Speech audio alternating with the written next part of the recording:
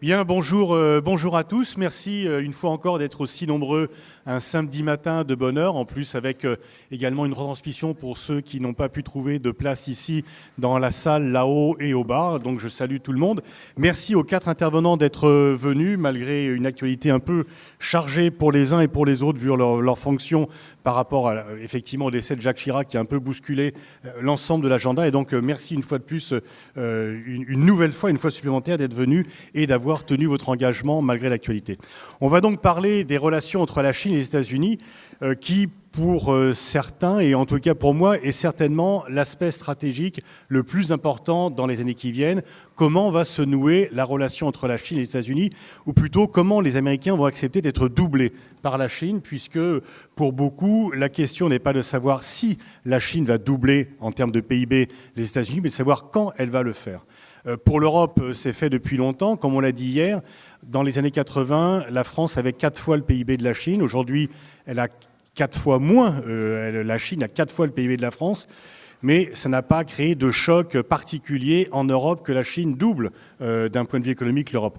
Aux États-Unis, il en ira de façon différente puisque depuis 1945, les Américains sont habitués à être la première puissance mondiale. Depuis plus de 2 siècles, ils sont aussi habitués à penser qu'ils ont des valeurs qui sont universelles et qui justifient leur suprématie ou qui justifieraient leur suprématie. Et donc le fait de se voir doublé par la Chine, eh bien, a un goût tout à fait particulier. Effectivement, et s'il y a quelque chose qui unit démocrates et républicains, il y a peu de choses, je parle sous le contrôle de véritables spécialistes des États-Unis qui sont ici, mais s'il y a quelque chose qui unit républicains et démocrates, c'est bien dans le refus de voir la Chine devenir la puissance numéro 1, sauf que peut-il faire ainsi ?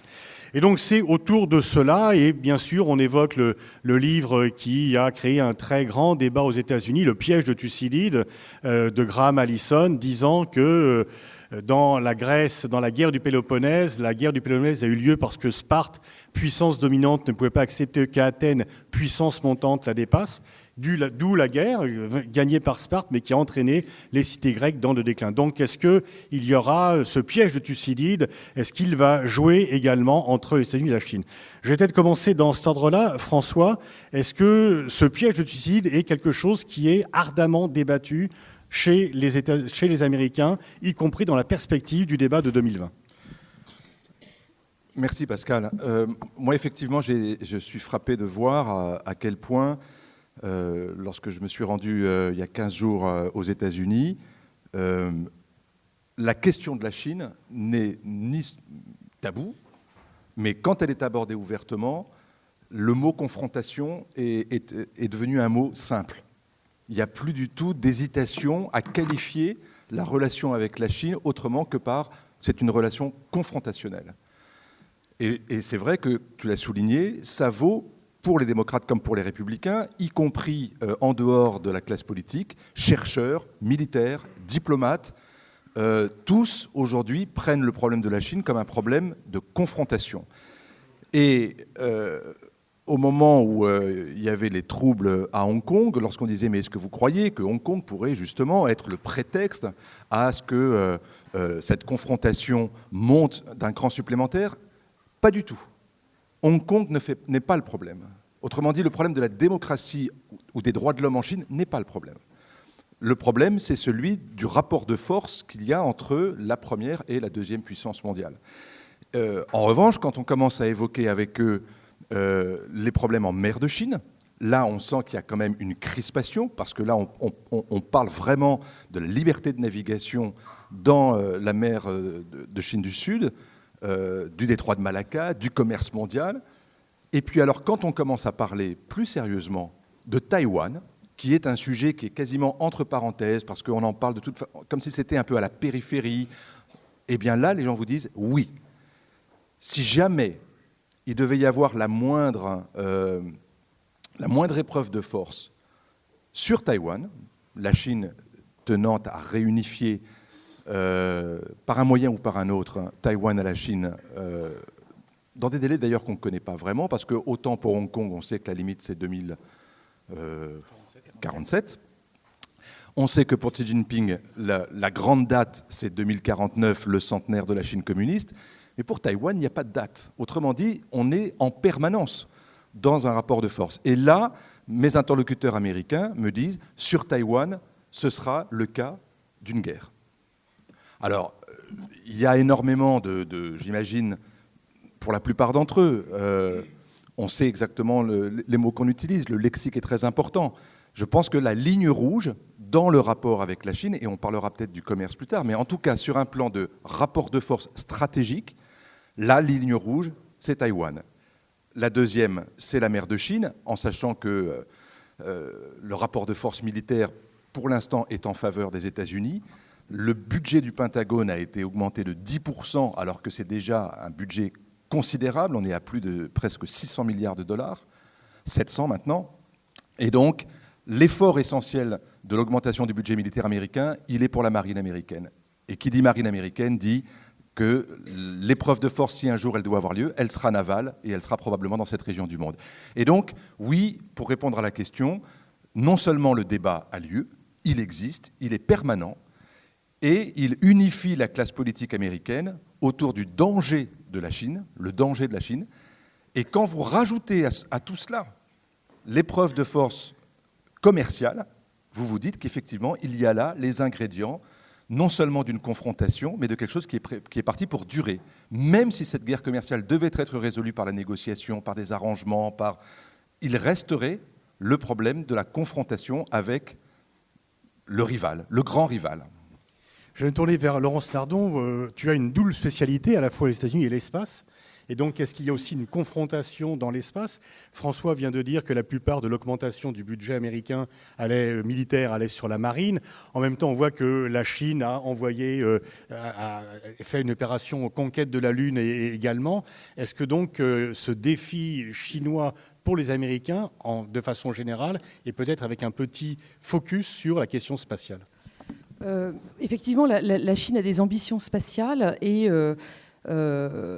ils ont un certain nombre de projets en cours. Mais si tu permets, je voudrais revenir sur c'est un dialogue très libre. Et après un focus sur les... Voilà. Je voudrais revenir sur effectivement le moment de la confrontation entre la Chine et les États-Unis, qui semble, comme le disait François, assez intense en ce moment, en espérant que ça ne dégénère pas trop, effectivement. Ce qu'il faut voir, c'est que du point de vue américain, il y a vraiment un débat stratégique très vif à Washington sur la question de cette rivalité, de ce nouveau duopole, parce qu'en fait on était dans un duopole sino-soviétique pendant la guerre froide, mais aujourd'hui il y a vraiment cette idée que le duopole autour duquel se structurent les relations internationales, c'est un duopole sino-américain. Et donc les Américains, dans les think tanks et dans l'administration, débattent sur cette question, mais depuis des décennies. Et les différentes écoles de pensée de la politique étrangère américaine se déclinent sur la question de la Chine, avec des réalistes comme Kissinger dans les années 70, qui avait opéré le grand rapprochement diplomatique entre les États-Unis et la Chine. Avant, il n'y avait pas de relations diplomatiques.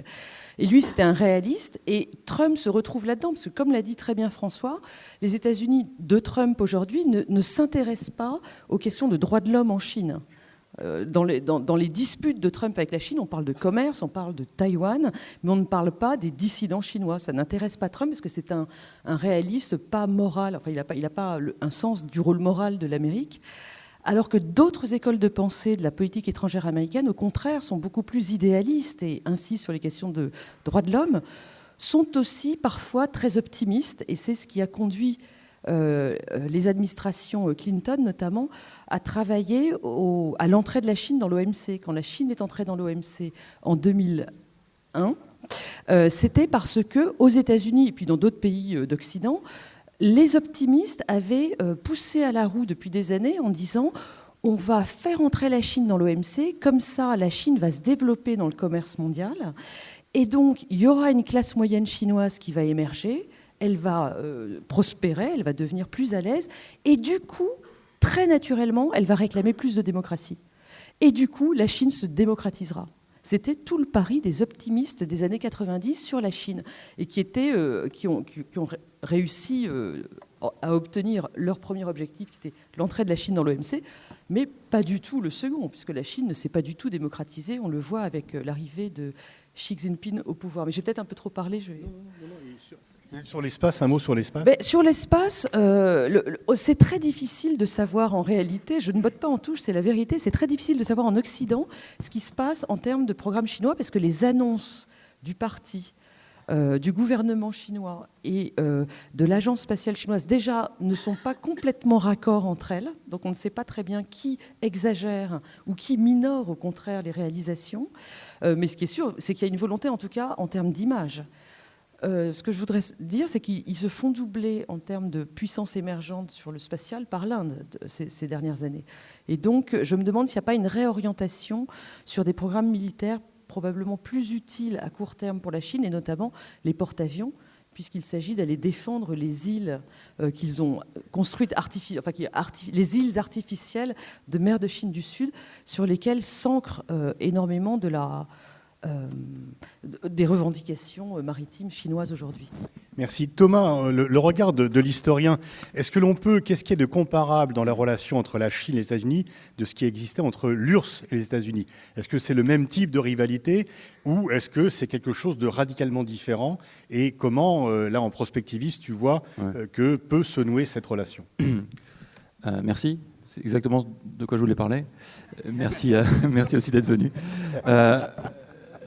Cet été, en juillet... il m'a soufflé la question. Pas du tout. On faisait que des blagues sur Chirac, donc pas du tout. En juillet, il y a une information qui a été complètement sous-traitée et qui est, à mon avis, hyper signifiante par rapport à ce que tu viens de me demander. Steve Bannon, que vous connaissez, je pense, Le Manipulateur, c'est le titre d'un film qui est sorti il n'y a pas longtemps au cinéma, cette éminence grise, comme ça, des suprémacistes blancs, qui a l'oreille encore aujourd'hui de Donald Trump, a relancé une vieille institution qui s'appelait The Committee on the Present Danger, le comité du danger présent, un truc comme ça, qui, à Washington, regroupe une série qui regroupait, du temps de la guerre froide, parce que c'est la question, une série de personnalités, de think tanks, de libéraux hostiles à l'URSS et qui réfléchissaient aux moyens de faire tomber l'URSS, et effectivement, avec des stratégies, comme le disait Laurence il y a un instant, des stratégies souvent de les faire entrer dans le commerce, de les faire tomber par l'économie. C'est les stratégies de Kissinger, on n'arrivera pas à les faire tomber autrement que si on arrive à les affaiblir économiquement pour les faire tomber de l'intérieur, parce qu'un coup d'État est difficile à envisager, une guerre encore plus, etc. Et ce qui est intéressant, c'est que Bannon a relancé ce vieux comité qui était tombé en déshérence au sujet d'une nouvelle peur rouge, mais évidemment, vous avez compris qu'il n'est pas du tout guidé par la menace soviétique, mais par la menace chinoise. Donc on réutilise les mêmes mots, les mêmes concepts, les mêmes personnes pour définir un autre adversaire. Alors ce qui est très intéressant historiquement, si l'histoire n'était pas que cruelle, mais si elle était un peu ironique, on pourrait y voir une ironie de l'histoire. L'ironie étant que, il y a 30 ans ou 40 ans, il y avait un modèle libéral qui s'opposait à un modèle de fermeture. Aujourd'hui, les libéraux, d'un point de vue commercial, sont plutôt du côté des Chinois, et la fermeture et la crainte commerciale et l'enfermement est plutôt du côté américain, même si sur les valeurs, on est d'accord que le libéralisme est encore aujourd'hui, heureusement, du côté américain. Donc on a effectivement ces modèles-là. Du coup, l'expression de guerre froide, elle est à mon avis parfaitement adaptée. Alors reste à savoir si elle doit nous rassurer ou nous inquiéter. Moi, je pense qu'elle nous rassure plutôt, parce que la guerre froide, malgré les théâtres d'affrontements tiers qui ont été extrêmement violents, il y a eu des millions de morts par la guerre froide, le grand affrontement que tout le monde craignait d'une troisième guerre mondiale n'a jamais eu lieu. Je ne reprendrai pas les mots de Raymond Aron, mais vous les connaissez bien, de la possibilité et de l'improbabilité de la guerre, mais on est peut-être dans ce genre de rapport-là parce que, et peut-être plus encore, et c'est ça la différence fondamentale entre les deux guerres froides, plus encore du temps de la guerre froide, on pouvait tout à fait envisager d'asphyxier économiquement l'adversaire du côté américain pour que le modèle soviétique tombe, et c'est ce qui s'est passé. Ou le pousser à la faute par des programmes nucléaires ou des programmes spatiaux, par exemple, pour le pousser à la faute.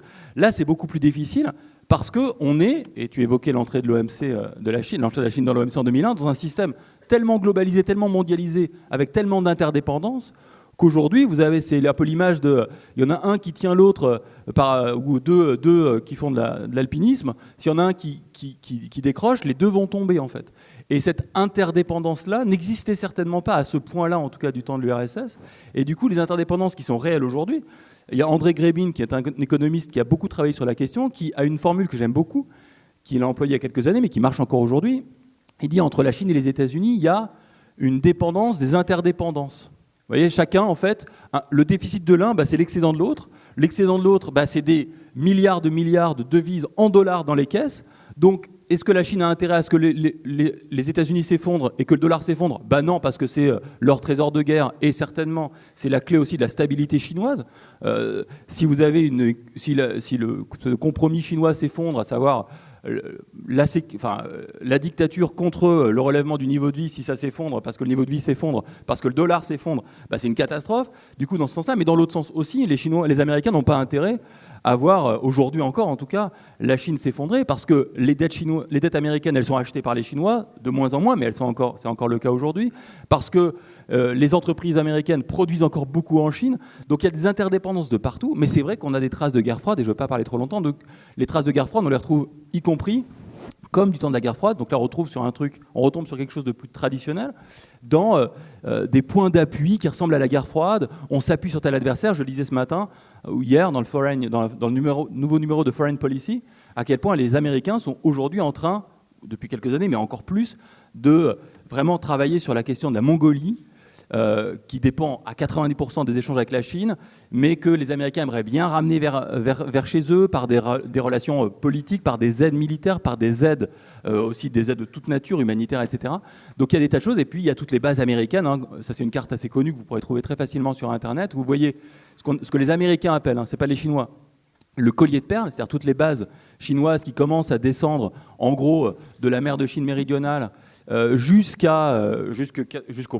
Moyen-Orient, jusqu'au Moyen-Orient, et vous avez en dessous, en deuxième rideau, une sorte de rideau, le mot est choisi volontairement de ma part, des bases américaines qui leur font face, quoi. Et donc on est aujourd'hui face à une espèce de guerre froide qu'on voit dans les chiffres, qu'on voit sur les cartes, donc c'est vraiment de la géopolitique, mais reste à savoir, et là la question pour moi elle n'est pas tranchée, est-ce que c'est une bonne chose ou une mauvaise chose de parler de guerre froide entre les deux pays? Ça, peut-être que Pierre a la réponse. Voilà, je vais me tourner vers Pierre, justement. Alors Pierre, tu connais bien la Chine, tu as été correspondant pendant plusieurs années, tu as sorti un atlas de la Chine que chacun va se procurer dès que ce débat sera terminé. Est-ce que en Chine, le défi américain est vu de la même façon? Est-ce que c'est vraiment l'obsession du dépassement des États-Unis?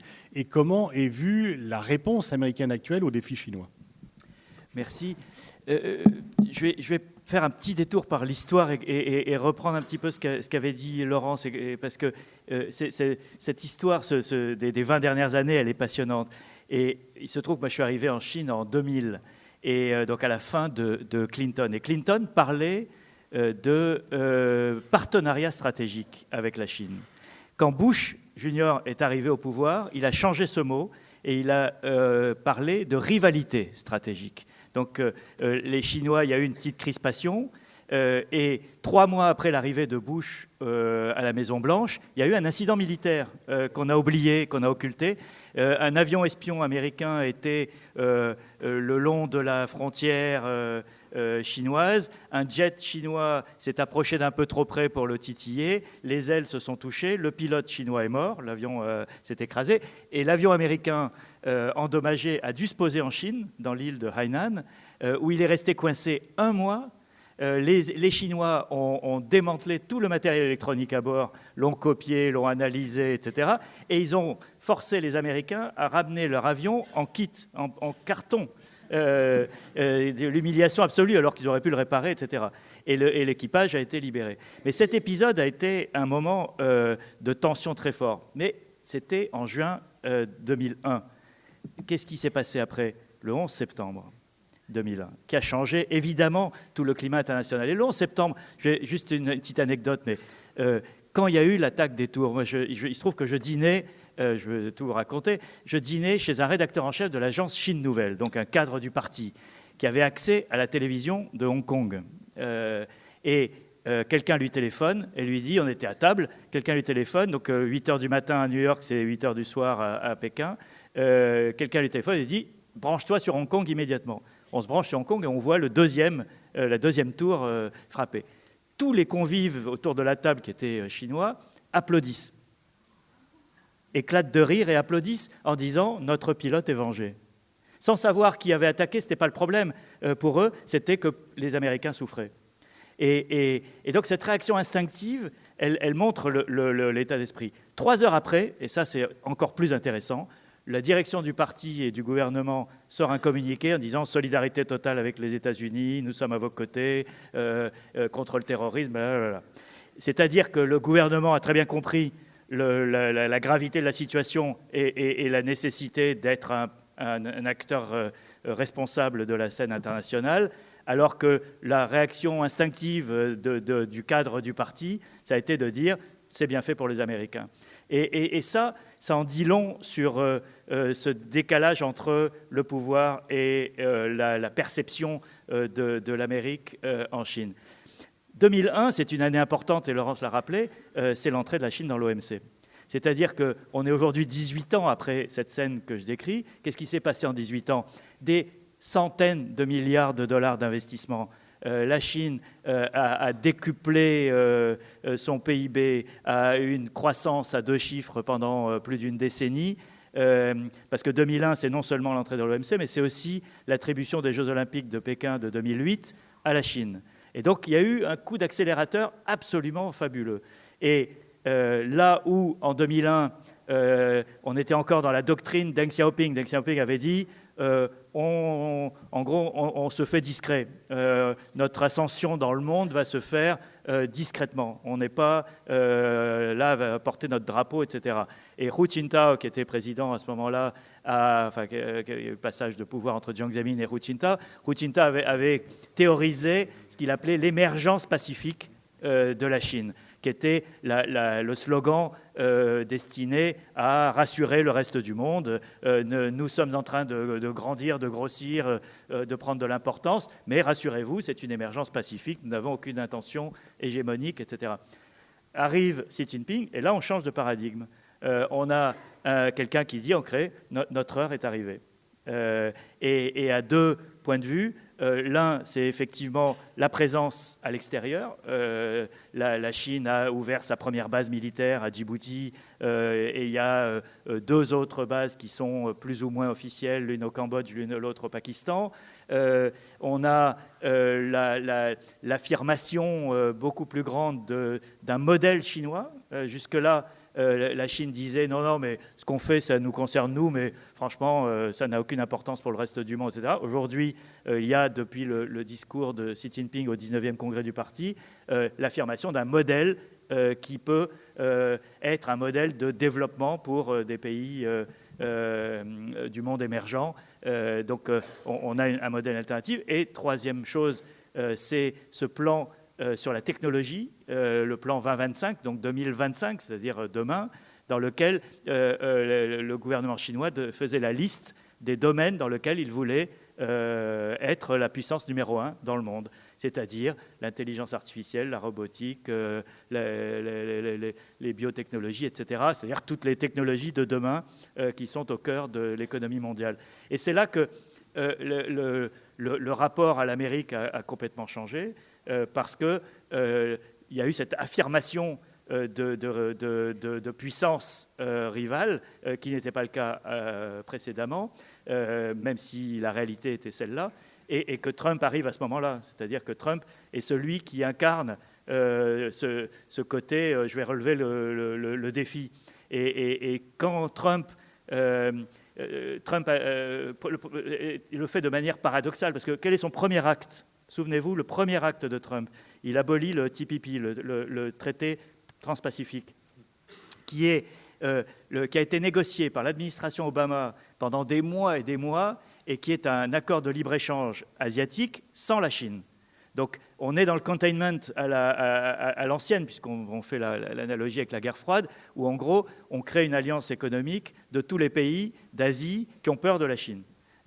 Qui vont du Japon aux Philippines, la Thaïlande, les pays d'Asie du Sud-Est, etc. Et Trump, dans sa détestation du libre-échange et de ces traités, abolit ces traités, qui était une erreur absolue de sa part, parce que les Japonais ou les Coréens le vivaient comme au contraire une sorte d'assurance économique contre le risque d'hégémonie chinoise. Mais ça, c'est l'incohérence de Trump, c'est-à-dire qu'au même moment, il passe un coup de fil, François a eu raison de dire que Taïwan était le sujet central, il passe un coup de fil à la présidente de Taïwan. Il faut se souvenir quand même de l'importance de cet acte. Ça paraît banal de dire ça, mais Taïwan, c'est la Chine rebelle, c'est-à-dire quand, à la fin de la guerre civile entre Mao et Chiang Kai-shek, les troupes de Chiang Kai-shek partent à Taïwan. On est en 1949, donc là on parle d'une page d'histoire très ancienne. Et à Taïwan, Chiang Kai-shek incarne la continuité de la République de Chine. Donc il dit, et il est reconnu internationalement, c'est lui qui siège au Conseil de sécurité, et il dit je suis la Chine et les autres sont des usurpateurs et tout ça va changer, on va reconquérir la Chine. Le temps passe et évidemment ça ne se produit pas. Les Américains, le fameux voyage de Nixon, Kissinger, etc., reconnaissent la Chine populaire et dans les accords, il n'y a qu'une seule Chine. Donc c'est Pékin qui incarne la Chine et Taïwan devient tout d'un coup l'île rebelle. Là où elle incarnait la légitimité internationale, elle devient l'île rebelle.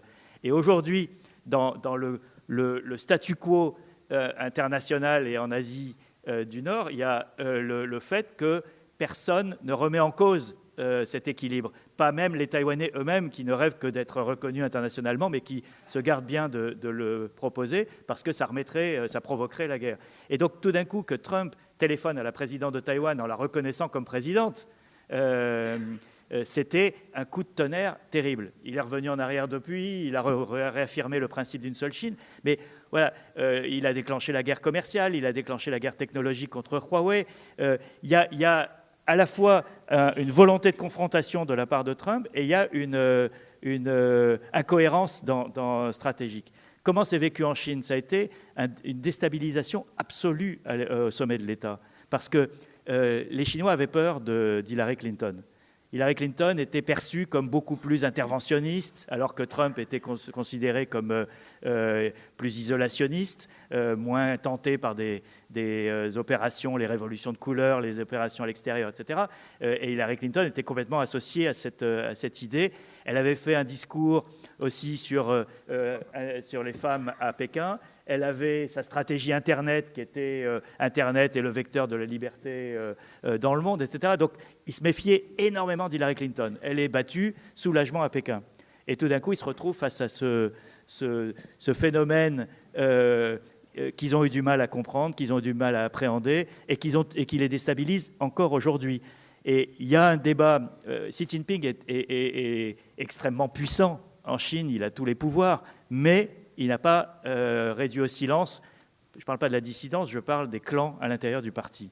Et depuis quelques mois, depuis que la guerre commerciale avec les États-Unis commence à provoquer un ralentissement, commence à provoquer des tensions à l'intérieur même sociales, à l'intérieur même de la Chine, il y a une partie de l'appareil, les clans critiques vis-à-vis de Xi Jinping, qui se mettent à dire mais le camarade président a peut-être tiré un peu trop vite.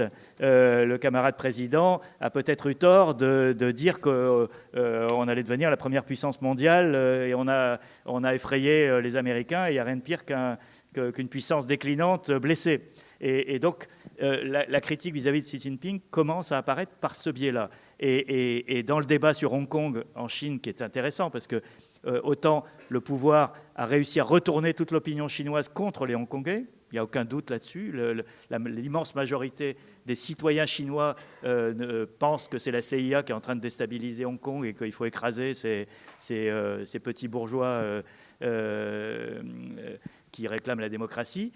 Autant à l'intérieur du parti, le débat il est différent. Il est la mise en cause de Xi Jinping sur le thème en gros, tu nous as affaiblis. Et ça, c'est important et ça peut avoir des conséquences, pas immédiates, mais en tout cas à terme. François, je vais revenir vers toi. Il y a quand même une contradiction qui est soulignée par certains stratèges, je pense à Merschmeyer, Stéphane Wall, qui disent quel est le défi stratégique numéro 1 pour les États-Unis, c'est la Chine. Et Trump, effectivement, voit la Chine, surtout d'un point de vue déficit commercial et suprématie. En même temps, du coup, est-ce que ce n'est pas contradictoire de pousser la Russie dans les bras de la Chine et d'avoir une politique russe qui est un peu... Est-ce que les Américains ne sont pas en train de commettre une erreur historique et que Trump aurait voulu lutter contre cela en se rapprochant de Poutine, mais il a été empêché par l'État profond, comme diraient d'autres, l'État profond. Et finalement, est-ce qu'il y a un État profond qui s'oppose à Macron, comme il y a un État profond qui s'oppose à Donald Trump pour opérer ce rapprochement avec Moscou dans une perspective, marge de manœuvre vis-à-vis de la Chine? Non, mais c'est tout à fait juste. On parlait tout à l'heure donc d'une sorte de rapprochement ou de partage de points de vue sur la Chine dans la classe politique américaine et notamment parmi les élus. Oui, il y a une unité aujourd'hui de vue sur la Chine et c'est exactement la même, à peu de choses près, sur la Russie. C'est-à-dire qu'aujourd'hui, quand vous allez au Congrès, vous voyez à la Commission des Affaires étrangères ou à la Commission des Forces armées, la quasi-totalité des sénateurs ou des représentants sont aussi hostiles à la Chine qu'à la Russie. Alors évidemment pas avec les mêmes moyens, pas avec les mêmes méthodes, pas forcément avec les mêmes discours, mais ça reste quand même très très fort. Et donc, lorsque quelqu'un comme Trump, aidé par Steve Bannon, essaye de, non pas normaliser, mais essayer de retrouver une relation avec la Russie qui soit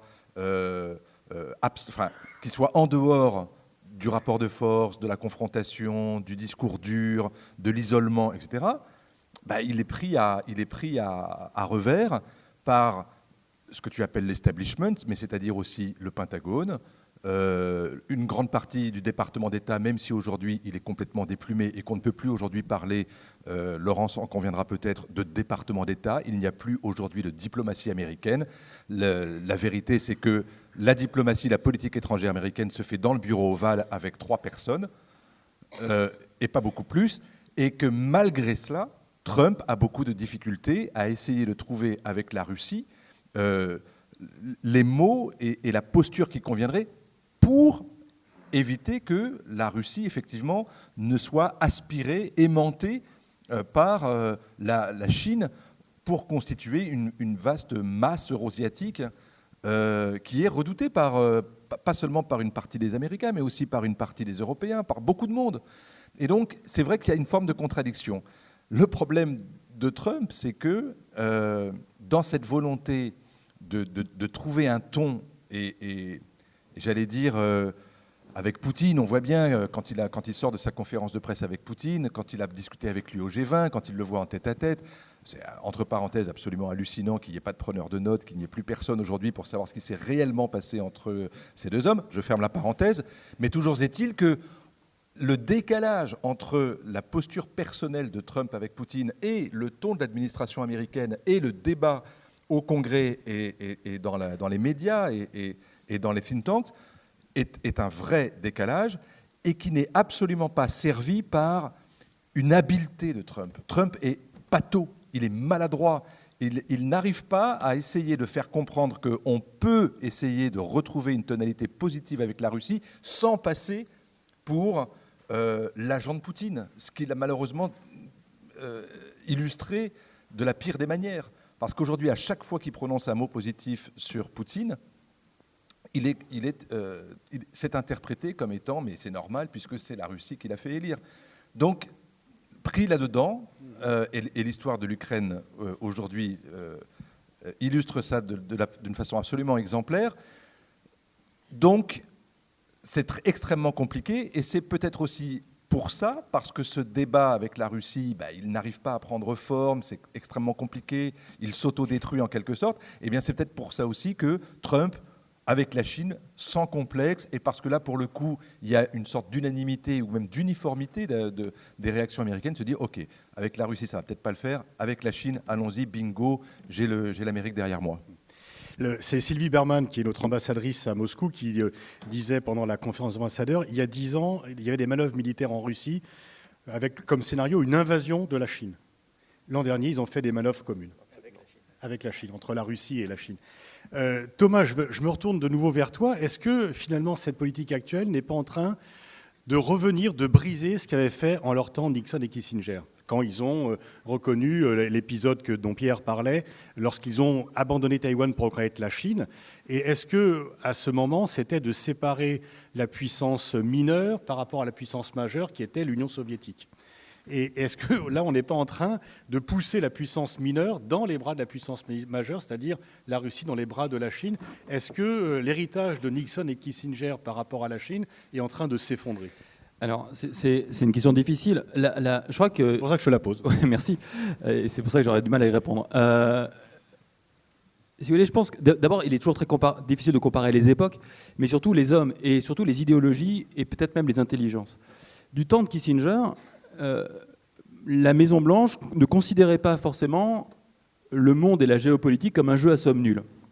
Ce qui est le cas aujourd'hui. C'est-à-dire que la diplomatie américaine pouvait considérer qu'il fallait parfois un peu perdre pour gagner.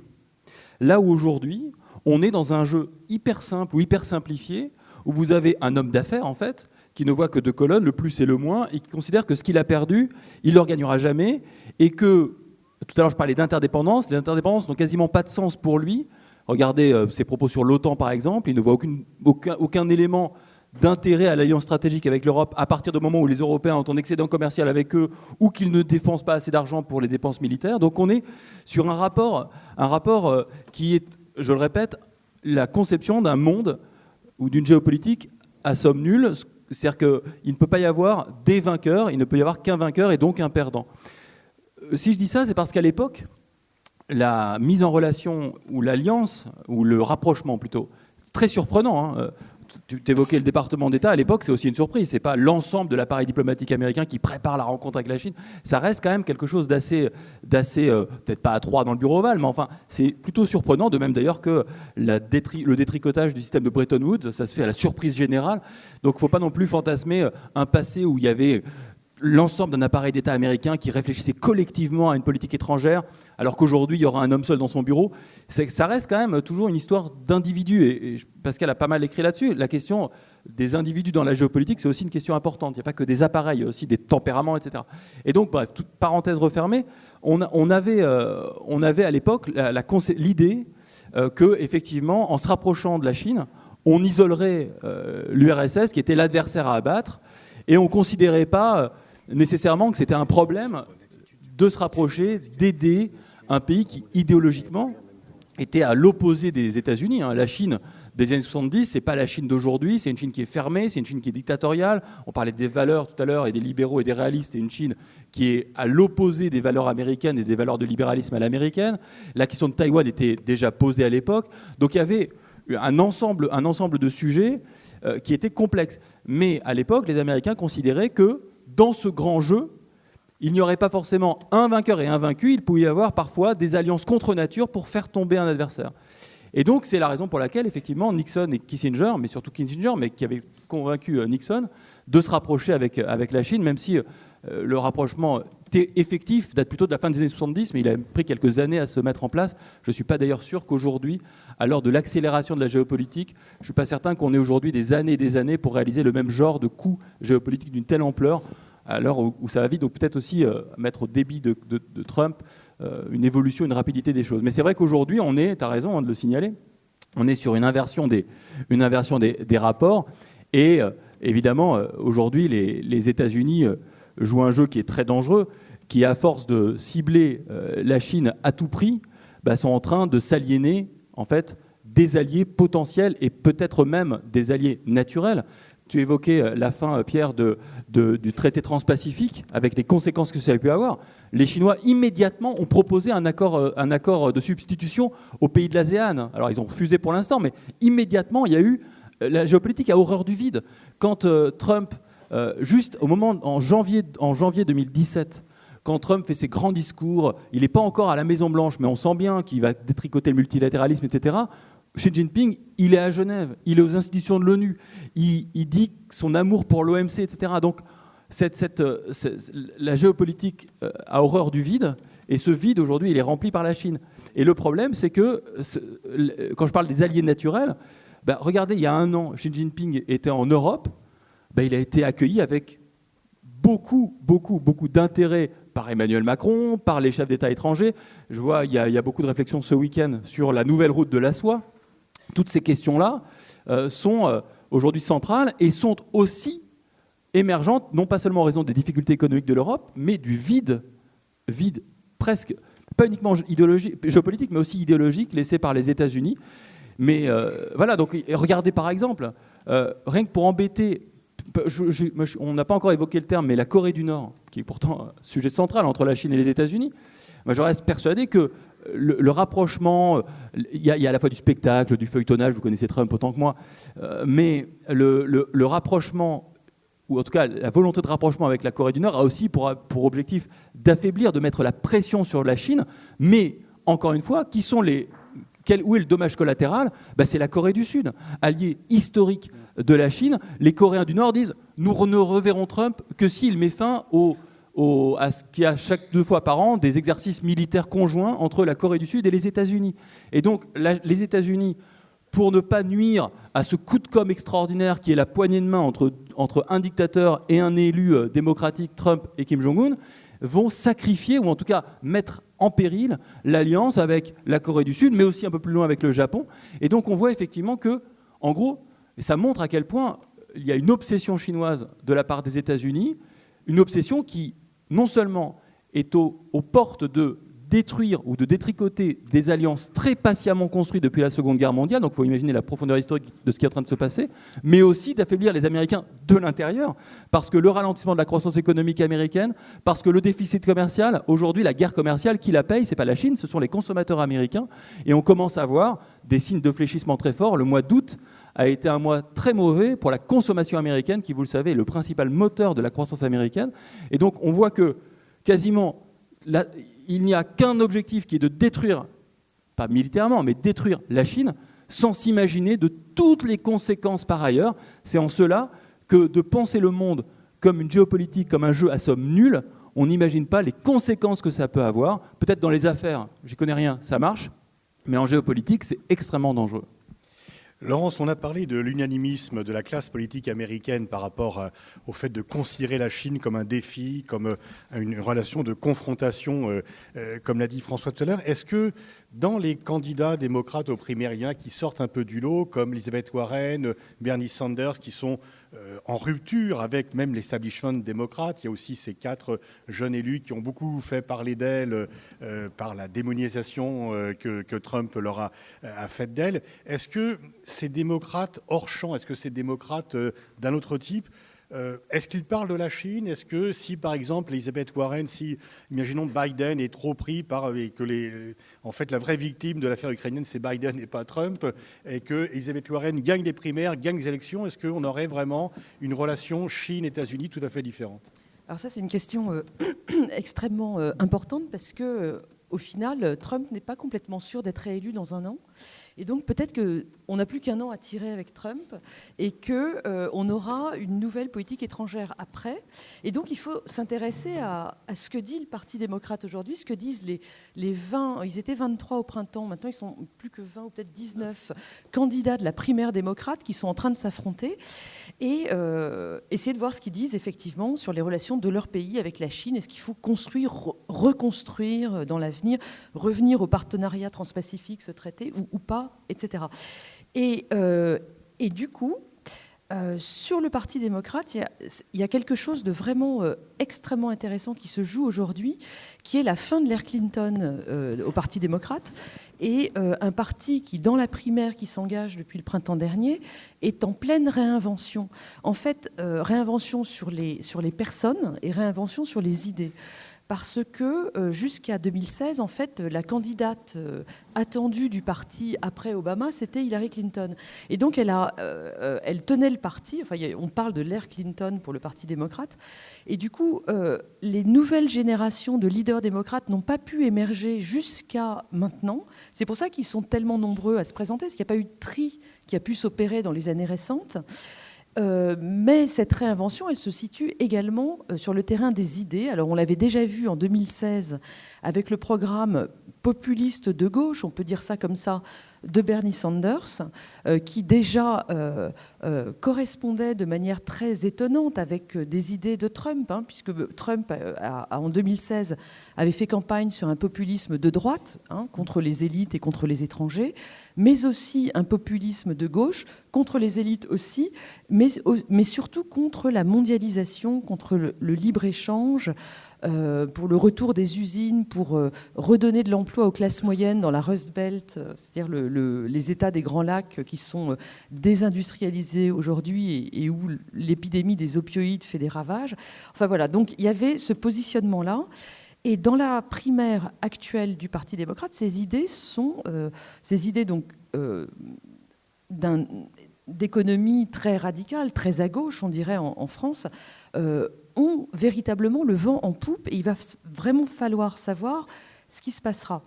Mais sur la question de la politique étrangère plus précisément, et des relations avec la Chine, quand on regarde le trio de tête dans les intentions de vote aujourd'hui sur les candidats démocrates, donc il y a Biden qui est en tête, suivi aujourd'hui par Elizabeth Warren, dont tu as parlé, qui est en train de dépasser Bernie Sanders. Ils sont un peu au coude à coude, mais là, dernièrement, depuis le dernier débat télévisé qui a 10 jours maintenant, elle semble avoir pris l'avantage sur lui. Donc on va voir. Derrière, je les cite juste pour mémoire, il y a Kamala Harris, et puis donc de Californie, et puis le fameux Pete Buttigieg, qui est ce maire de South Bend dans l'Indiana, qui est le gendre idéal, enfin le gendre gay idéal en l'occurrence. Bref, mais les deux sont à 5%, donc ils ont vraiment chuté. Ils ont semblé un moment pouvoir cristalliser l'intérêt des électeurs démocrates. Il semblerait pour l'instant, il ne faut pas jurer de rien, qu'ils soient un petit peu à la traîne. Intéressons-nous donc à Biden, Warren et Sanders pour ce qu'ils disent de la Chine. Alors, Joe Biden, donc vice-président d'Obama pendant 8 ans, c'est celui qui pourrait laisser penser, ou espérer, même si je pense que c'est un espoir mal placé, il pourrait laisser penser à un retour à la normale ou retour à l'équilibre ex ante. C'est-à-dire qu'on pourrait imaginer que Biden va revenir à une pratique des relations internationales plus traditionnelles, c'est-à-dire plus multilatéraliste, plus idéaliste et plus respectueuse des méthodes de la diplomatie. Les gens du département d'État aux États-Unis pousseraient très certainement un soupir de soulagement si Biden arrivait à la Maison-Blanche. Mais c'est quand même aussi un homme du passé. Et je ne pense pas que sur cette question de la Chine, il pourrait véritablement revenir à ce qui se passait auparavant, puisque les idées d'affrontement sont vraiment trop importantes aujourd'hui. Sanders et Warren, pour leur part, eux, apporteraient un changement, puisqu'ils sont, pour des raisons différentes l'un et l'autre, beaucoup plus critiques de la mondialisation telle qu'elle a été pratiquée dans les années 90 et 2000. Bernie Sanders, par exemple, lui a dit des choses, je le disais tout à l'heure, qui sont relativement similaires à ce que dit Trump sur les questions du libre-échange. Il veut protéger les classes moyennes américaines et il n'est pas du tout pour un retour à l'idée que plus il y a d'échanges, plus il y a de commerce, mieux c'est. Alors je ne dis pas qu'il a raison, mais c'est en tout cas les idées qu'il propose. Warren, pour sa part, critique le capitalisme, mais pas de la même manière que Sanders. C'est-à-dire qu'elle, c'est une vraie... au départ, elle était républicaine, au tout début de sa carrière. Elle est devenue démocrate et sur ce positionnement très radical qui est le sien, parce qu'elle trouvait que les règles du jeu capitaliste étaient, comment dirais-je, biaisée, elle n'était pas juste. En fait, elle est pour un capitalisme juste, ce qui n'est pas le cas de Sanders, qui est contre le capitalisme tout court. Donc, elle, je pense qu'elle serait favorable à un certain retour au libre-échange, à condition qu'il soit cadré, contrôlé, et que les classes moyennes américaines n'en souffrent pas de manière injuste. Je termine en disant que plus globalement, aux États-Unis comme en Occident, dans d'autres pays, je me demande si on n'est quand même pas sorti... si on n'a pas changé d'époque sur ces questions du libre-échange et de la mondialisation, il y a quand même une réalisation que ça n'a pas été un win-win pour tout le monde. C'est-à-dire que là où on disait que le libre-échange allait apporter la prospérité à tout le monde, force est de se rendre compte que ça n'est pas vrai, en tout cas pas pour les classes moyennes des pays occidentaux. Ça a enrichi beaucoup les classes moyennes, enfin qui sont devenues des classes moyennes dans les pays émergents, la Chine notamment. Ça a beaucoup enrichi les élites dans nos pays, c'est-à-dire les chefs d'entreprise, leurs avocats, les financiers, etc. Mais il y a eu des perdants de la mondialisation, on le sait. Et maintenant, je pense que l'heure de gloire de la mondialisation, en tout cas dans les esprits, est terminée. Aux États-Unis, ces jours-ci, se monte un nouveau think tank. J'attire votre attention là-dessus. Il va ouvrir officiellement en novembre et il s'appelle le Quincy Institute. Et c'est un think tank, il y en a beaucoup qui se créent, et il y en a énormément aux États-Unis, mais il est sur un positionnement de politique étrangère extrêmement intéressant et nouveau à ce stade de la réflexion aux États-Unis, puisqu'il va être sur une ligne idéaliste, multilatéraliste, mais attention, un dernier mot en iste, mais non interventionniste. C'est-à-dire qu'il va vouloir que les États-Unis s'insèrent dans le monde, il va défendre des idées pour que les États-Unis s'insèrent dans le monde, mais de manière beaucoup moins interventionniste qu'au départ. Et je trouve que c'est tout à fait symbolique de cette transformation des idées dans le monde aujourd'hui. François, sur ce point, tu voulais Non, je voulais juste rebondir en quelques secondes sur ce qu'avait dit Thomas à propos de Kissinger. Il se trouve que je travaille actuellement sur une sorte d'enquête sur l'héritage que va laisser Kissinger. Il a 96 ans. Et quand on parlait tout à l'heure de l'unanimité de la classe politique américaine et des think tanks et une partie de l'opinion publique sur la Chine, il y a quand même une voix qui reste encore un tout petit peu discordante par rapport à tout ça, c'est justement celle d'Henry Kissinger.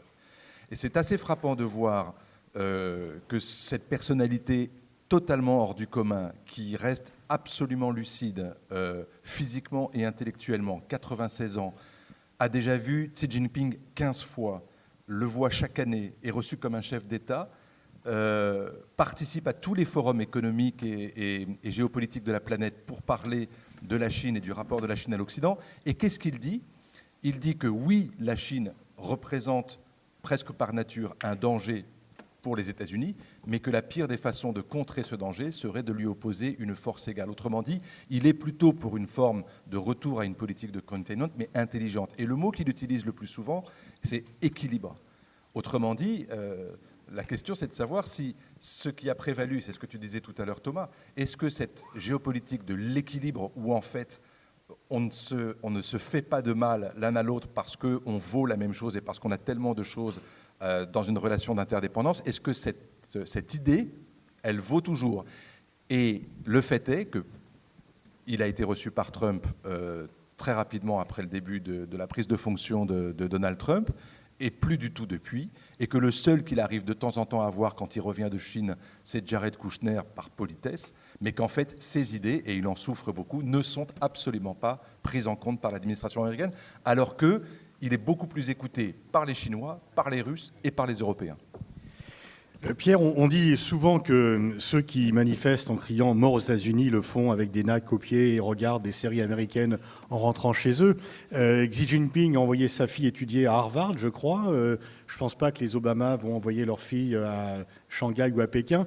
Par rapport à l'opinion chinoise, disons qu'on sait, alors avec toutes les réserves que l'on peut mettre, mais il y a quand même des gens qui sont branchés sur Internet.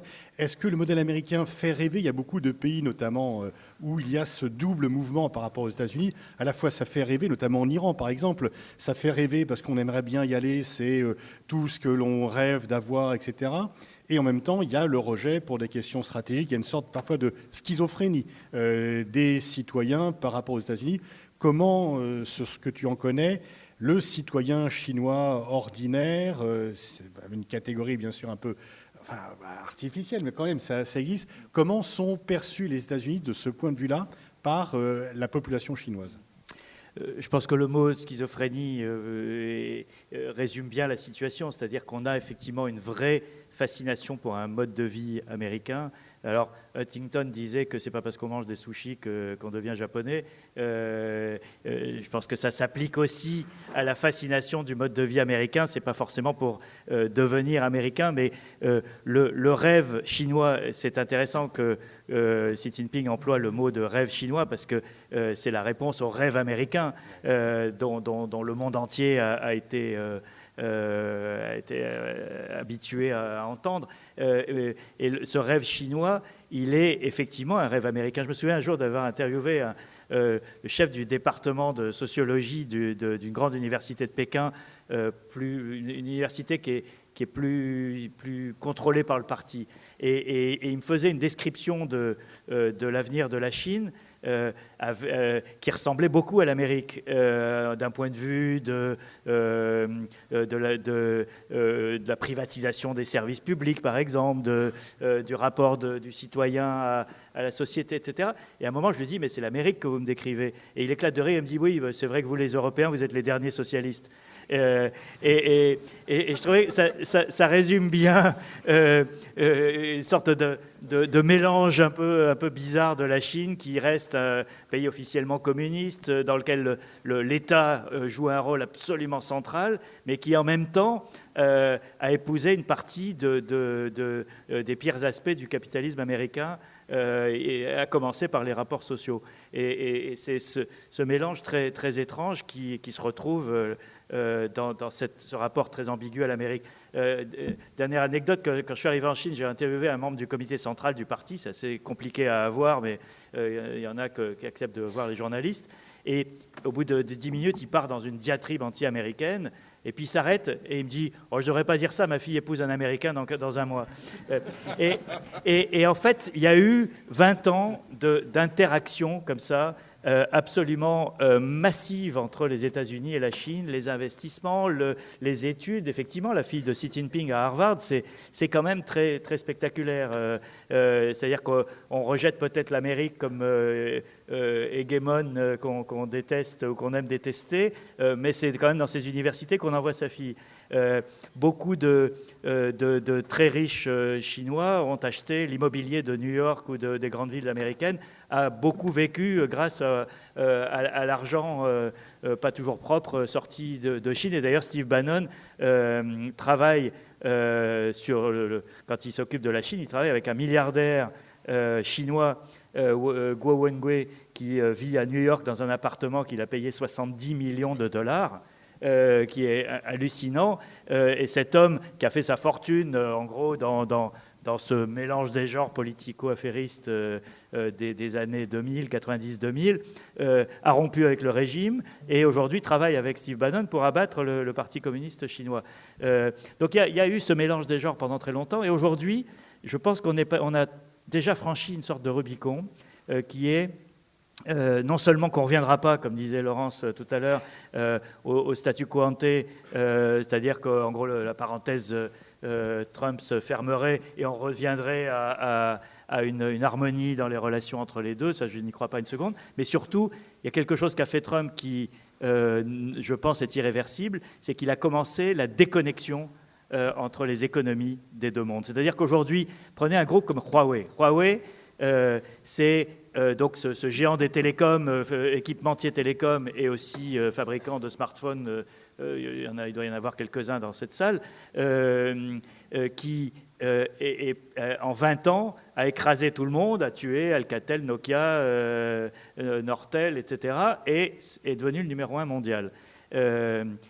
Sauf que Trump le tient par la gorge en disant vous ne pouvez plus utiliser le système Android de Google pour vos smartphones, vous ne pouvez plus utiliser de composants américains, les microprocesseurs, etc., pour vos matériels, etc.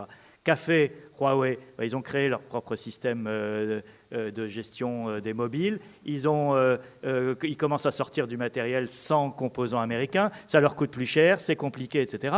Mais cette autosuffisance, ou en tout cas cette fragilité révélée par la dépendance aux composants américains, on ne reviendra pas en arrière par rapport à ça. Les Chinois, on les a pris une fois, on ne les prendra pas deux fois, même si demain il y a un nouveau président beaucoup plus sympathique à la Maison-Blanche, c'est fini. Et donc le monde est en train progressivement de se détricoter de ce point de vue. Ça va être très compliqué parce que contrairement à la période avec les soviétiques où il n'y avait pas d'investissement croisé, il n'y avait pas de ces liens humains, économiques, à tout point de vue entre les deux pays, aujourd'hui ils existent entre les deux pays. Et en plus le marché chinois est devenu majeur pour des entreprises. Je veux dire, vous enlevez le marché chinois à Apple, je pense qu'ils sont mal. Il faut voir, j'étais à Chengdu il y a quelques mois. Chengdu, c'est une grande ville chinoise de l'ouest de la Chine, à 4 heures de vol de Pékin. Je pense que peu de gens connaissent Chengdu, etc., mais c'est une ville de 15-16 millions d'habitants. L'Apple Store, mais il est grand comme les Galeries Lafayette.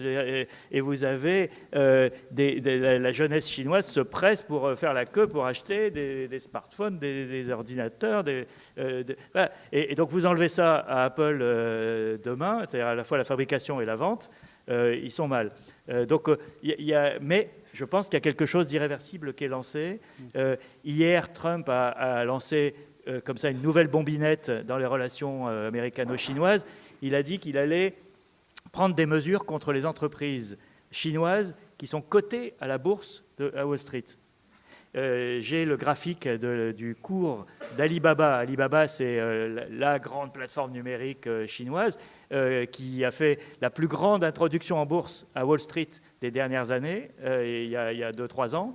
Le cours de la bourse, vous avez la courbe, et pouf, ça tombe comme une pierre. Boum. C'est-à-dire qu'il y a une capacité de nuisance économique. Et effectivement, cette interdépendance dont on parlait au début, Trump est en train de la détricoter. Et je pense que là, il y a quelque chose d'irréversible. Thomas, tu voulais ajouter un mot ? Juste par rapport à ce que tu disais, oui, les étudiants, mais je rappelle que Gandhi était à l'University College de Londres et que Ho Chi Minh était à la Sorbonne. Donc parfois, il peut y avoir aussi voilà, ça c'est pour l'anecdote. Et puis, autre anecdote, quand tu évoquais... Deng Xiaoping était chez Schneider, au Creusot. Ouais. Et autre petite anecdote, mais quand tu évoquais le risque de mener une guerre commerciale parce que du coup, Huawei va développer ses propres choses, ça me rappelle quand Reagan, au début des années 80, impose des quotas aux constructeurs automobiles japonais qui envahissaient le marché américain au point de faire du mal aux grands constructeurs historiques américains, qu'est-ce qu'a fait Toyota ? Ils sont mis à produire aux États-Unis, dans des usines américaines. Alors ça faisait de l'emploi d'ouvriers américains, mais ça a entraîné l'effondrement des fameux Big Three, de General Motors, etc. Donc effectivement, parfois il y a des solutions qui peuvent être pires que le problème pointé du doigt par un président américain en quête à la fois d'un adversaire, parce que Reagan et Trump, ce n'étaient pas les mêmes adversaires, mais ils en avaient un ciblé clairement, d'un adversaire et d'une méthode. Avant de passer la parole à la salle, juste en 1 minute chacun ou 30 secondes, que doit faire la France par rapport au duel États-Unis-Chine ? Comment doit-on se positionner ? François ? On a vu comment Emmanuel Macron, en l'occurrence, essayait de tirer son épingle du jeu dans cette confrontation. Et la seule réponse pour l'instant qui est abordée, qui est apportée, et c'est pour l'instant plus des mots qu'une véritable politique, c'est l'Europe. C'est-à-dire qu'en fait, on voit bien déjà comment les Chinois ont réussi à casser en deux l'Europe avec les routes de la soie. Vous avez aujourd'hui 17 pays européens qui sont entrés dans une discussion, une négociation avec la Chine pour faire aboutir ces routes de la soie terrestres et maritimes jusqu'en Europe. Lorsque Macron va à Pékin et il dit c'est très bien, mais il faut que les trains y repartent dans l'autre sens.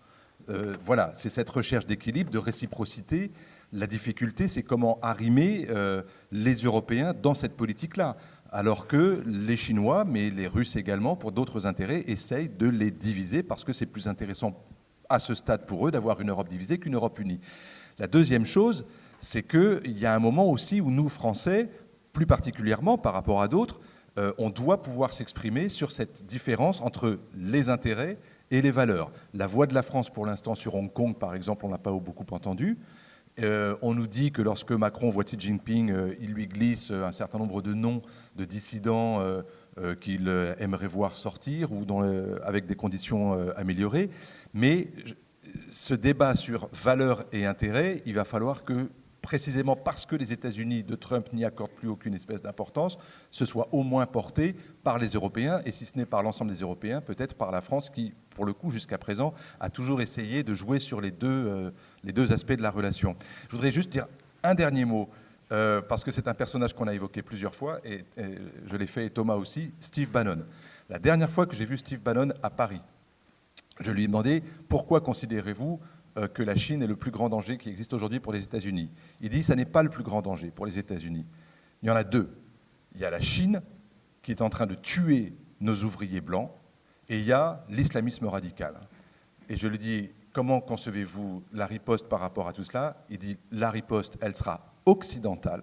Ce n'est pas nous les États-Unis tout seuls, c'est nous, vous les Européens, et les Russes. » Je dis, ben oui, mais les Russes et les Chinois, c'est quand même, sur le plan des valeurs, c'est quand même moyen. Et il dit, n'oubliez jamais, la Russie, c'est l'Occident, et c'est tous ensemble. Si on fait le mur par rapport à la Chine, on y arrivera. C'est juste pour dire à quel point la radicalité de cette pensée, qui est totalement binaire, et qui ne fonctionne que dans le seul but de sauver l'Occident blanc chrétien, est aujourd'hui non seulement anachronique, mais en plus folle.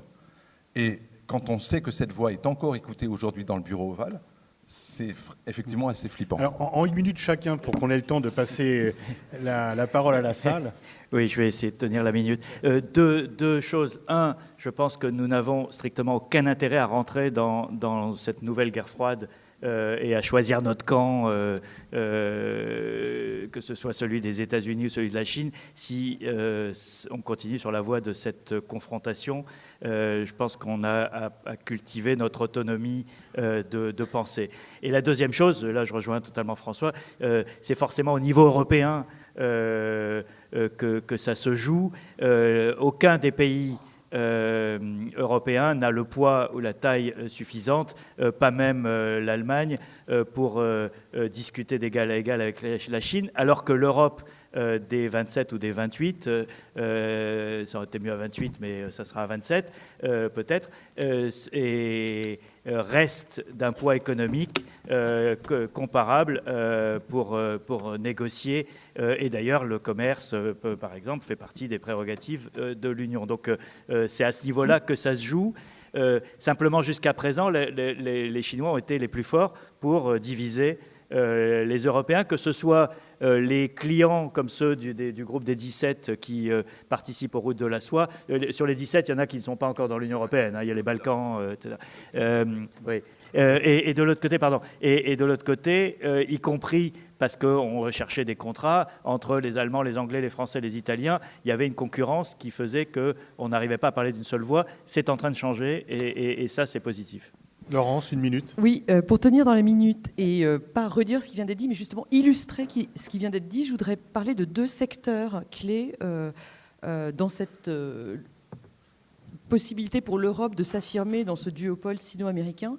Le premier, c'est le contrôle des exportations de technologies. Aujourd'hui, nos entreprises sont de plus en plus entravées par les contrôles dans les exportations de technologies qui sont posés à la fois par les États-Unis, donc ça fait des années, mais de plus en plus par la Chine, parce qu'à mesure que la Chine sort d'une logique de rattrapage des technologies des autres pays, quand elle faisait des transferts de technologies obligatoires dans les contrats, etc., maintenant elle développe ses propres technologies, donc elle les protège aussi, donc elle met elle aussi maintenant des règles de protection aux exportations.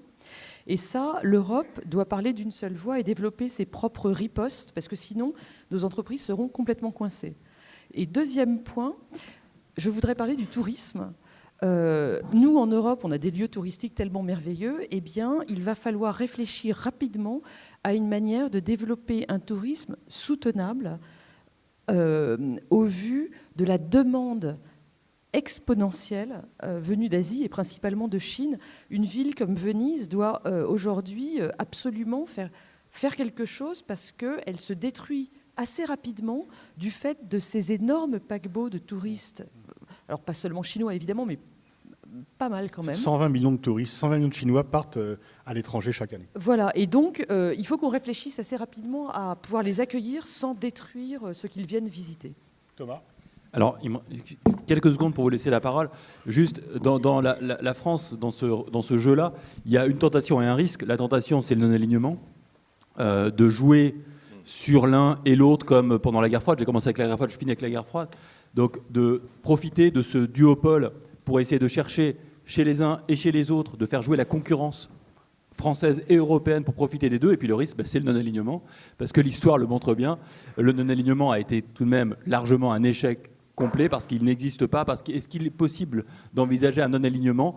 En tout cas, c'est la position manifestement qu'a essayé en tout cas de prendre Emmanuel Macron, pas seulement dans ce sujet-là, mais d'une espèce de puissance cardinale qui peut parler avec tout le monde. C'est vrai qu'aujourd'hui, la France arrive à parler avec tout le monde, mais est-elle écoutée par tout le monde ? Ça, c'est une autre question. Merci à vous quatre. On va maintenant ouvrir le débat avec vous. Donc il y a des micros qui sont à disposition. Voilà, c'est éclairé. Je ne sais pas qui a le micro, mais donnez-le à une main qui se lève. Je ne vais pas choisir. Les bons élèves sont au premier rang. Ouais. Non, mais alors déjà, vous avez déjà pris la parole hier. Peut-être qu'on va faire tourner un petit peu à d'autres personnes que vous deux. Il y a des... Oui. Je t'ai déjà dit bonjour. Voilà. Trop fort. Ça, c'est le talent du modérateur. De repérer les... Qu'est-ce qu'il y a le micro là, je ne vois plus. Vas-y. Bonjour, déjà merci d'avoir pris du temps pour nous expliquer le conflit qui se profile. J'avais une question. Vous avez parlé, monsieur Snegerov, d'un non-alignement. Ça serait un danger.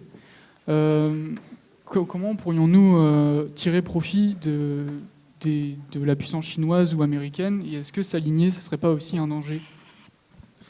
Ok, on va prendre 3 ou 4 questions et après chacun répondra.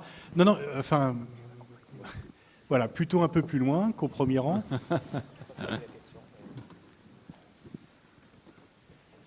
Oui, vas-y, levez-vous et posez votre question. Comme ça, tout le monde vous verra. Merci. Bonjour. Alors, en alliant monopole du pouvoir par le Parti communiste, surveillance numérique de la population, contrôle de l'économie par l'État à travers le plan Made in China 2025, l'exportation de son modèle autoritaire grâce aux nouvelles routes de la soie, et j'en passe, Xi Jinping donc démontre clairement sa volonté de conquête du leadership mondial à l'horizon 2049. Néanmoins, il s'agit de relever que la Chine, du fait de sa politique d'investissement pharaonique, creuse sa dette à une vitesse record, laquelle est maintenant de 250 à 300% du PIB. D'ailleurs, le gouvernement chinois a lui-même estimé que plus de 6 trillions de dollars avaient été engloutis entre 2009 et 2014 dans des investissements inutiles. Là, je prendrais par exemple les cités... Donc la question. Comment ? Donc la question. Ah, elle arrive bientôt, mais c'est juste pour le... Bon, alors Voilà. la question, l'intervention, on l'a compris. La question, s'il vous plaît. Ok, je vais aller vite. Donc bref, je vais plusieurs chiffres, mais c'est pas grave. Donc j'aimerais savoir si pour vous, la Chine, elle s'est lancée trop tôt dans la contestation de la puissance dominante et si elle en a les moyens, et ou si elle subira le même sort que l'Union soviétique. Ok, merci. On va prendre une 3e question. Oui, bonjour. Juste, est-ce que une question qui va être rapide. Est-ce que le Moyen-Orient est aussi un terrain de jeu de la relation États-Unis-Chine ?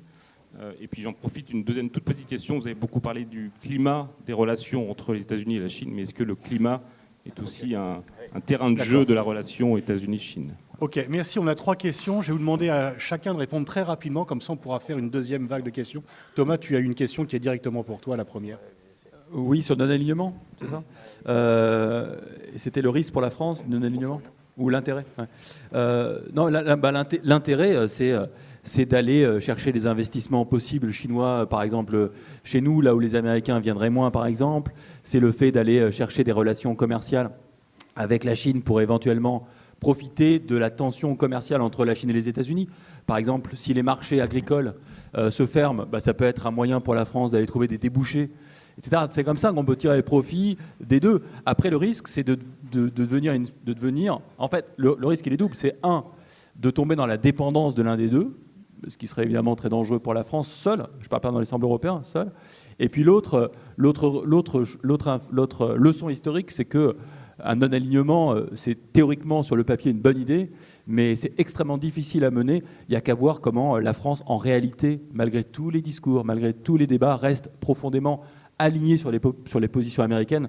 Regardez comment la France a finalement, peut-être de guerre lasse, mais accepté l'hypothèse de frappe iranienne sur des intérêts pétroliers saoudiens. Ça en dit long quand même sur aujourd'hui l'impossibilité, à mon avis, assez peut-être même idéologique, peut-être même théorique, voire culturelle, de penser à un véritable non-alignement, un jeu de balancier qui serait gagnant-gagnant.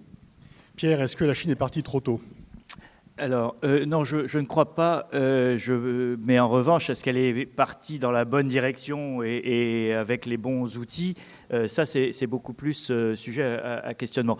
Il y avait une partie intéressante dans la question qui était le parallèle avec le sort de l'Union soviétique. Et en fait, il faut savoir que les dirigeants chinois ont été absolument traumatisés par la perte de pouvoir par le Parti communiste soviétique et la disparition de l'URSS, et que jusqu'à aujourd'hui, tous les cadres du parti passent à l'école du parti pour suivre des séminaires, des cours, etc., pour analyser les raisons de l'échec des camarades soviétiques, même si ce n'étaient pas vraiment des camarades.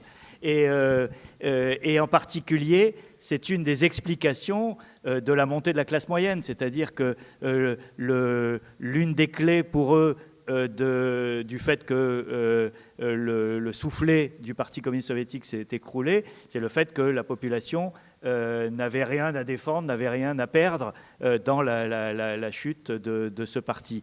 Et depuis Tiananmen, depuis 1989, il y a eu ce contrat social qui est basé sur l'enrichissement progressif de la population. 400 à 500 millions de personnes sont sorties de la misère pour entrer dans la classe moyenne, et que le contrat social, il est basé sur cette progression de la qualité de vie ou de la vie des gens. Et aujourd'hui, il suffit de se promener dans les villes chinoises pour voir à quel point, même s'il y a d'énormes difficultés, il y a des gens qui aujourd'hui pensent qu'ils ont quelque chose à perdre, que leurs enfants vivront mieux qu'eux. Enfin, le rêve que nous, on a connu et qui s'est peut-être arrêté, en tout cas c'est notre crainte aujourd'hui, c'est ce que sont en train de vivre les Chinois.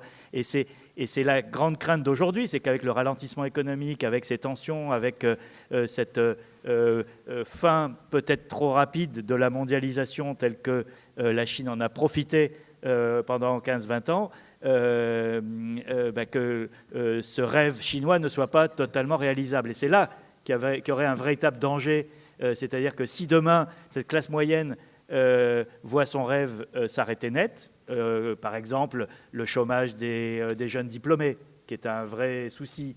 Les universités chinoises produisent chaque année des centaines de milliers d'ingénieurs, d'avocats, etc., de professeurs. Surtout avec l'enfant unique, si l'enfant sur lequel on a tout misé ne trouve pas de boulot et n'arrive pas à progresser de cette manière, là, il peut y avoir une vraie contestation, c'est-à-dire que toute la stratégie qui a été menée depuis 30 ans, enrichissement national, expansion internationale et renforcement du pouvoir autoritaire du parti peut s'écrouler parce que le contrat social n'aura pas été respecté. On n'en est pas là aujourd'hui, on en est encore très loin, parce qu'il faut quand même savoir que l'emprise du parti sur la population est réelle, ne serait-ce que par cet enrichissement. Quand vous parlez, je termine, quand vous parlez à des familles de la classe moyenne aujourd'hui, ils sont très conscients de l'absence de liberté, des faiblesses du système, de la corruption, de telle chose. Ils vous disent, regardez comment on vit aujourd'hui. On vit mieux que nos parents, et nos enfants vivront mieux que nous. Et c'est la clé aujourd'hui de la clé de voûte du système chinois. Pour revenir à l'URSS, le cauchemar de Xi Jinping, c'est pas Trump, c'est Gorbatchev. Quand il se réveille en sursaut, c'est à Gorbatchev qu'il pense. François, sur le Proche-Orient. Sur le Proche et le Moyen-Orient, on a une parfaite illustration de l'interdépendance. C'est-à-dire que d'un côté, vous avez aujourd'hui des États-Unis qui sont suffisamment autonomes sur le plan énergétique pour pouvoir se passer du pétrole du Golfe. Les Chinois n'en sont pas encore là. Et donc, tant que les Chinois, par leur révolution verte, n'auront pas réussi à équilibrer leurs besoins en ressources entre énergie propre et énergie carbonée, ils auront ce besoin d'avoir non seulement la relation avec les Saoudiens, mais aussi d'avoir une co-surveillance des routes par lesquelles passent les transports maritimes énergétiques, c'est-à-dire le Golfe, d'où en partie la raison pour laquelle ils se sont installés à Djibouti. Ce n'est pas seulement pour aller protéger ou servir de base de départ vers l'Afrique, pour aller protéger leurs intérêts en Afrique, c'est aussi pour avoir cette surveillance sur l'océan Indien. La deuxième chose, c'est qu'à partir du moment où il y a cette interdépendance-là, eh bien, c'est plus compliqué pour la Chine de dire « Ah ben oui, mais vous savez, nous, sur le plan du droit international, on est contre les ingérences ». Évidemment qu'ils sont pris à contre-pied là-dessus, parce qu'on s'aperçoit qu'ils ont besoin par moment de pouvoir, non pas s'ingérer à la russe ou avec les mêmes méthodes, mais en tout cas de rentrer dans le jeu des stratégies d'alliance d'un certain nombre de pays. Par exemple, l'Iran. Aujourd'hui, on voit bien que sur les sanctions qui sont mises contre l'Iran par les États-Unis, la Chine hésite entre se soumettre à l'accord qu'ils ont co-signé avec les Européens et la Russie, c'est-à-dire à faire en sorte qu'on ne peut pas contrer l'extraterritorialité américaine, et en même temps, le seul pays qui continue aujourd'hui, dans de très faibles proportions, à importer du pétrole iranien, c'est la Chine. Troisièmement, sur la Syrie, là encore, la Chine dit on n'a pas à s'ingérer dans les affaires des autres parce que chacun doit avoir sa propre souveraineté, sauf que au Conseil de sécurité des Nations Unies, il y a eu toute une période pendant laquelle la Chine, au départ, avait voté avec la Russie un certain nombre de vétos pour empêcher les Américains, les Anglais, les Français d'être plus allants contre le régime de Bachar el-Assad, pour le condamner. Aujourd'hui, la Chine, après une longue période d'abstention, revient à des votes contre. Cette semaine, il y a encore eu un veto, un double veto russe et chinois sur Idlib. Donc, il y a en quelque sorte la volonté de Xi Jinping d'être extrêmement présent sur le plan stratégique, sur cette région, parce qu'il en a besoin, et en même temps, sur le plan des principes, un double jeu où, en fait, en fonction de ses propres intérêts, il est un coup avec les Américains, un coup avec les Russes, un coup avec les Iraniens, un coup avec les Saoudiens, et ça dépend vraiment de ses propres intérêts. C'est pour le coup, je trouve, une forme de politique qui ressemble assez à celle de Trump de l'autre côté, où en fait c'est America first, comme China first, nos intérêts d'abord, le reste ensuite. Laurence Oui, moi je voulais compléter la réponse excellente que Pierre Aski vous a faite, monsieur, en parlant de la politique intérieure chinoise et du développement économique. Je voulais parler de comment nous percevons la politique étrangère de la Chine, parce que ça va répondre à votre question sur comment ça va se terminer, cet affrontement et cette montée en puissance de la Chine. Finalement, en fait, nous, en Occident, on se demande depuis des années, finalement, quelle est la politique, quelle est la volonté de la Chine en politique étrangère ? Est-ce qu'il y a un modèle universaliste, un projet universaliste, pardon, chinois? Est-ce qu'ils cherchent à imposer au reste du monde leur modèle, qui est un modèle capitaliste et communiste à la fois? C'est quand même très étrange. Et finalement, la réponse jusqu'à présent était plutôt non. Mais Xi Jinping évolue beaucoup sur cette question dans la perspective de 2049, etc. Donc il faut vraiment se demander. Et ce qui est certain, c'est que la Chine ne cherche pas à imposer son modèle comme les États-Unis ont voulu. Les néoconservateurs américains veulent imposer la démocratie occidentale dans certains pays avec le succès que l'on connaît. La Chine n'en est pas là pour imposer son modèle, mais en tout cas, elle le présente. Il y a un développement des instituts Confucius dans le monde entier, et véritablement, on voit monter en puissance un discours chinois qui consiste à présenter un modèle alternatif au modèle de démocratie libérale qui est, on pensait jusqu'à récemment, le meilleur et le seul. Et il propose un modèle, il propose des valeurs chinoises, il propose donc un rêve chinois, comme on l'a dit tout à l'heure, et c'est assez intéressant. Et derrière cette proposition qui n'engage à rien, il y a quand même une main de fer, puisque un certain nombre de pays, un nombre croissant de pays dans le monde sont tenus, sont même acculés par la Chine, par le biais de la dette, puisque la Chine a prêté énormément d'argent à beaucoup de pays, mais vraiment des sommes astronomiques, à des pays qui ne peuvent plus rembourser. Je prends l'exemple de l'Équateur, sur lequel j'ai travaillé récemment pour le Ramsès. L'Équateur, aujourd'hui, envoie 80% de sa production de pétrole à la Chine. Elle la lui vend parce qu'il faut qu'il rembourse sa dette. L'Équateur vend ses 80% de sa production de pétrole à des prix en dessous du marché. Donc la Chine en profite, le revend ou l'utilise elle-même. Et comme, vous savez, c'est des remboursements de dettes qui ne verront jamais de fin. Comme ça ne suffit pas, la Chine demande à l'Équateur d'élargir sa prospection pétrolière évidemment dans la forêt amazonienne. Et donc l'Équateur cherche à développer ses champs de pétrole de manière anti-environnementale. Il y a beaucoup de problèmes environnementaux et de corruption, évidemment. Bon, le point positif, c'est que la tribu amérindienne sur laquelle les recherches étaient faites a gagné en février dernier son procès contre l'État équatorien. Donc les recherches doivent s'interrompre. Mais vous voyez, il y a beaucoup de pression de la Chine par le biais de la dette sur beaucoup de pays dans le monde. Sur le climat, très rapidement. En un mot, parce qu'il y a eu une question sur le climat. La Chine avait fait capoter la conférence de Copenhague. Elle a sauvé celle de Paris. Et aujourd'hui, depuis que Trump s'est retiré des accords de Paris, elle a misé sur le fait d'être la grande puissance vertueuse sur le plan de la diplomatie verte. Et d'ailleurs, l'Europe travaille beaucoup avec la Chine sur ce sujet. C'est plus ambigu, évidemment, dans la réalité. On le voit bien, par exemple, avec l'exemple qui vient d'être donné sur le pétrole, la forêt amazonienne, la construction de centrales à charbon dans le monde, etc. Mais il y a un enjeu de politique intérieure chinoise aussi. Il y a eu cette période de la pollution de l'air dans les grandes villes chinoises qui a été abominable. Le lycée français de Pékin faisait la gym sous une bulle oxygénée. L'air était absolument incroyable et c'est devenu un enjeu de politique. Parce que Internet a joué un rôle très important puisque tous les jours, le taux de particules dans l'air, qui était à peu près 10 fois le seuil de dangerosité de l'OMS, circulait. Tout le monde savait qu'on respirait du poison.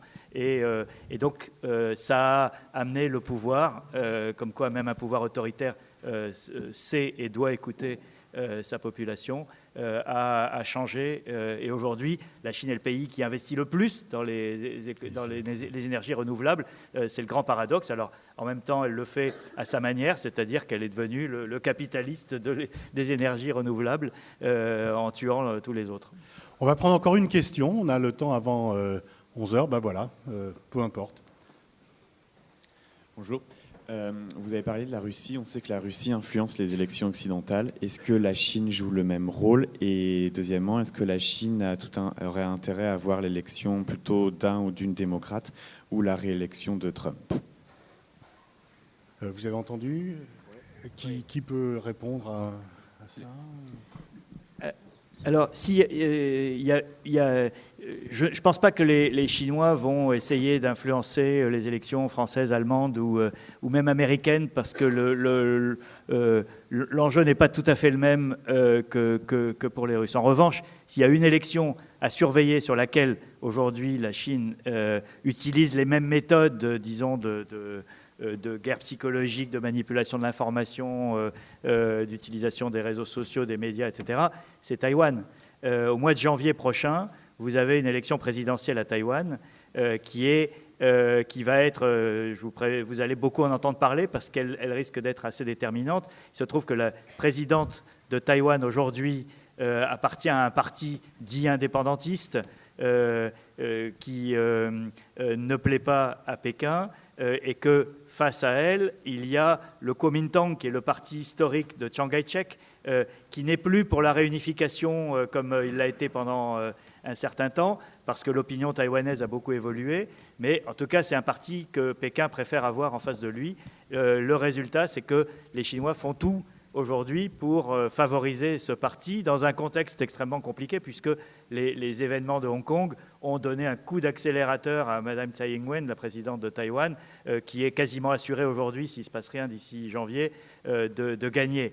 Mais il y a une tentation et tentative de manipulation des élections par la Chine qui est extrêmement importante.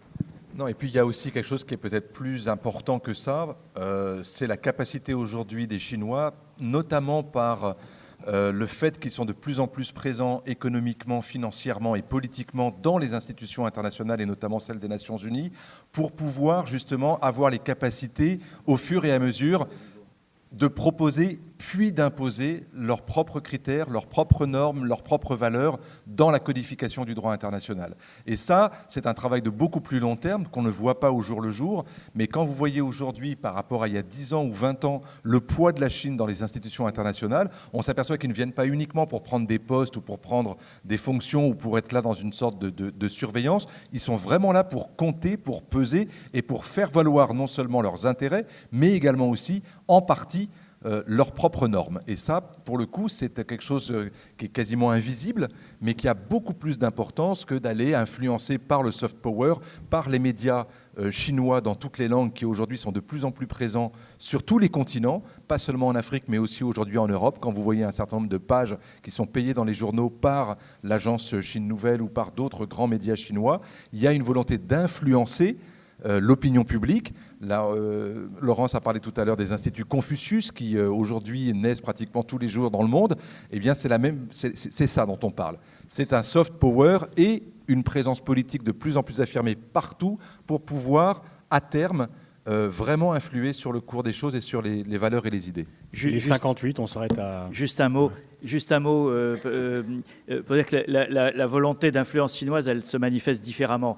Vous avez un cas en ce moment extrêmement intéressant, c'est l'histoire des Ouïghours au Xinjiang. Donc, le Xinjiang, c'est la province la plus à l'ouest de la Chine, aux confins de l'Asie centrale. Les Ouïghours sont une population musulmane de cette région, qui sont soumis aujourd'hui à un contrôle et une tentative de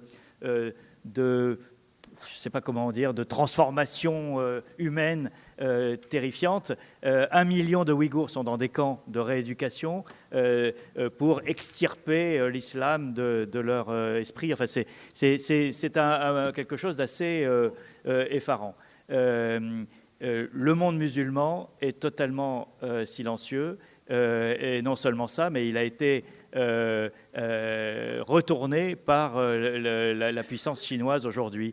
Un pays comme la Turquie, puisque les Ouïghours sont de la sphère culturelle turcophone, qui, il y a quelques années, dénonçait la tentative de génocide au Xinjiang, etc., a aujourd'hui signé, Erdogan était en Chine il n'y a pas très longtemps, a signé un texte défendant la Chine au Comité des droits de l'homme des Nations Unies. Il s'est passé quelque chose d'assez étonnant. Une trentaine de pays occidentaux ont déposé une déclaration au Comité des droits de l'homme pour dénoncer ce qui se passait au Xinjiang. 2 jours après, la Chine arrivait avec 36 pays qui la soutenaient, dont l'Arabie Saoudite, le Pakistan, la Turquie, etc. C'est-à-dire les grands pays musulmans qui sont totalement aujourd'hui, par rapport à cette relation d'État à État et les enjeux à la fois économiques et géopolitiques, prêts à s'asseoir sur le sort de 10 millions de Ouïghours. Je pense que là, la Chine met beaucoup plus d'énergie et d'efforts pour garder ce rapport de force et ce réseau, on peut même parler parfois de clientélisme, que dans la volonté de favoriser Fillon par rapport à Macron. Voilà, je pense que ce sont des enjeux là qui les dépassent complètement et qui ne les intéressent pas. Thomas Snegarov, que conclure le tout ça en 15 secondes? Non, alors pour répondre en 10 secondes, comme ça j'en laisserai 5 pour Laurence ou 10. Juste, pour répondre à votre question, aujourd'hui, la Chine peut faire tomber Trump. Il n'y a pas besoin d'aller faire de l'ingérence, etc. Il suffit de faire pourrir la crise économique, d'affaiblir les États-Unis, de ne pas signer d'accord économique d'ici là. Les Chinois savent très bien qu'il y a aujourd'hui un calendrier électoral. Ils savent très bien qu'il y a tel ou tel État important. Ils connaissent très bien l'état des swing states aux États-Unis, que d'affaiblir telle ou telle, par exemple, population agricole, parce qu'elle ne peut plus exporter vers la Chine, ça peut nuire à l'électorat de Trump. Donc il n'y a pas besoin aujourd'hui forcément de faire des accords en secret ou d'aller rentrer dans les ordinateurs du Parti démocrate ou du Parti républicain. On peut très bien faire de la politique traditionnelle pour affaiblir un candidat en particulier. Reste à savoir si les Chinois ont intérêt à le faire aujourd'hui, parce que, comme j'évoquais tout à l'heure, s'il y en a un qui tombe, l'autre aussi. Mais en tout cas, vous voyez, la Chine peut très bien faire battre Trump. Elle peut très bien, je crois que c'est le seul pays qui peut le faire aujourd'hui, faire battre Trump d'un point de vue purement commercial, purement économique d'ici à 2020. C'était plus long. Juste un mot pour dire que je pense que l'intérêt de la Chine serait plutôt une victoire de Biden, parce que c'est avec un personnage comme ça qu'elle peut espérer revenir à un fonctionnement plus traditionnel. Et la Chine est très traditionnelle dans ses modes de fonctionnement. Pareil, je pense qu'elle n'est pas du tout, à la différence de la Russie, dans la volonté de s'ingérer par le biais d'Internet dans les élections occidentales. Ça, c'est plutôt la position de la Russie qui cherche à salir ou à jeter le doute sur le fonctionnement des démocraties occidentales. La Chine, elle n'est pas du tout là. Elle est beaucoup plus constructive de son propre projet qu'elle cherche à vendre au monde, mais elle n'est pas elle n'est pas dans une démarche de nuisance comme la Russie peut l'être. Elle est beaucoup plus constructive de son propre projet. Bien, merci à tous. Merci pour vos questions. Je crois que c'est un sujet important et grâce à vos interventions, on commence à percevoir un peu plus ces enjeux de cette dualité entre la Chine et les États-Unis qui sera certainement l'un des sujets des années qui viennent. Merci à tous.